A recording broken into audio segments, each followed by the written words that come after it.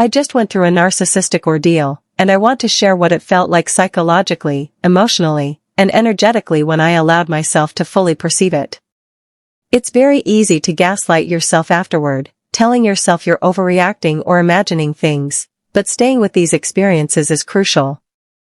I want to be clear, the sensations of rape, abuse, and sexual violence I describe here are not physical acts, they are the intense, turbulent impact of words, phrases, tone of voice, pitch, pace, choice of subjects, timing, sudden blame, shame, and manipulative energy transmitted through presence.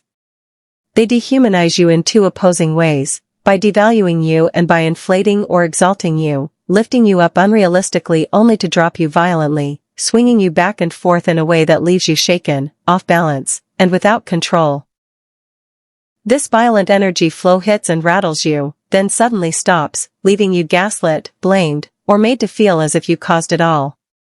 These effects are felt physically and energetically, as if your body and mind are under direct assault, though it occurs entirely through energy and psyche, making it a perfect, invisible form of violence. It happens not only in extreme situations but also subtly in everyday interactions, often hidden and covert, yet just as destabilizing. I wish someone had shared something like this with me. It would have validated the inner knowing of the violations and manipulations that happen every day, through casual conversations and meetings, in more covert or overt way. It would have made me feel less alone, less confused, and saved me years of research and self-doubt. This isn't about blaming anyone. It's about recognizing where these experiences come from, understanding the source of your reactions, and validating your own inner vision. Doing so strengthens your perception, helps you trust your energy senses, and makes the journey of knowing yourself clearer. Don't blame, see where things are coming from to stop the cause. If you can observe this without judgment, reactivity, or a negative observer effect, you naturally start to release the energy that traps people in these dynamics, including yourself. That's why it's important to step away when triggered, to regain calm, and return only when you have the capacity to process without reactivity. Here's my story. It was in this space of awareness that I found myself facing her. She came and baited me with good talk. She seemed kind. I knew I didn't want to engage, because I knew what it meant, but the social norms forced me in. If I left her there, I would be painted as the abuser. I was trapped, damned if I do, damned if I don't. This choice, so familiar, is one I will face countless times in my life. Appearances, expectations, entitlements, this is the survival game. I must play the part. It is a stage, and I am trapped on it.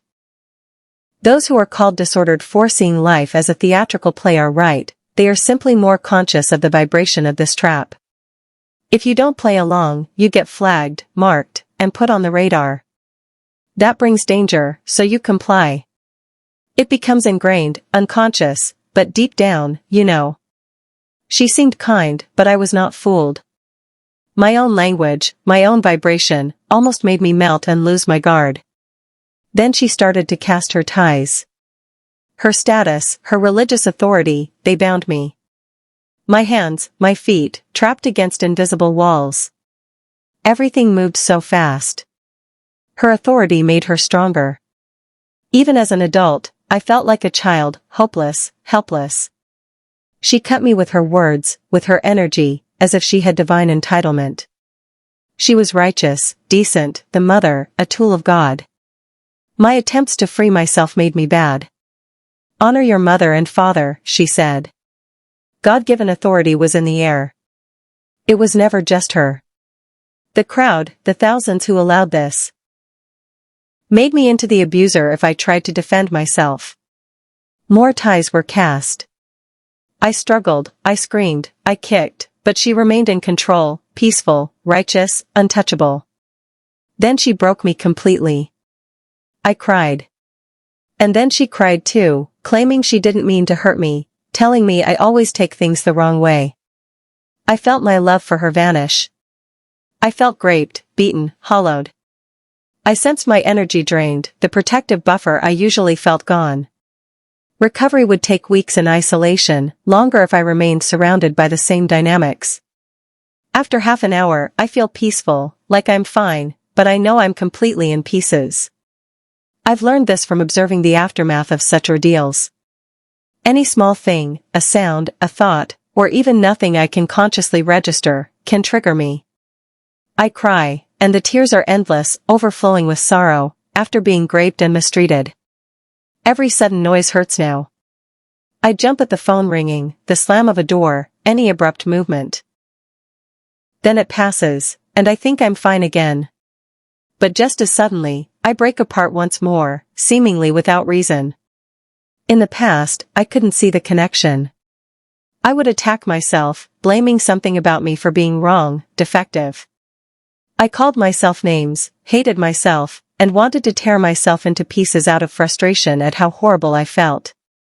Usually, after the ordeal, the roles of victim and abuser would be flipped by her, and I would be left believing I was the monster. Now, I understand where it comes from. I see it unfolding. I feel the energy blows, the invisible ties, the invasive touch. I know it is real. The sorrow surges most when someone is truly kind to me, when they genuinely care. That is why I avoid such people, they make me fall apart.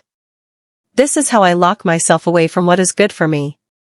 It's why I used to push away every person who was good to me. Even people who treated me well became associated in my mind with the bait that led to the ordeal. I knew that many others outside were the same. After being baited, they would continue the ordeal, picking up where the first left off, reinforcing it. Their case would feel stronger, and the case against myself in my own head would feel even stronger. I sit now, feeling strong and fine. Then he calls, and I am in pieces again, because he is so safe, so kind. That is why, in the past, I would have pushed him away.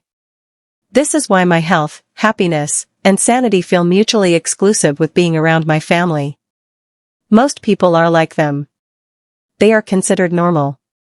After all that, she tried to hug me. I could feel her hands on my arms, and it burned. I feel abhorred by her touch now. I used to feel abhorred by touch in general, all the time, never wanting to be touched, never understanding why. I kind of knew, but since no one validated it, I blamed myself for being broken. Now I know why. Because of these ordeals. This is why I carry so much schmexual trauma, even though I have never been schmexually assaulted in a traditional sense. As for her not meaning it, the part of her that was used as a tool meant it completely.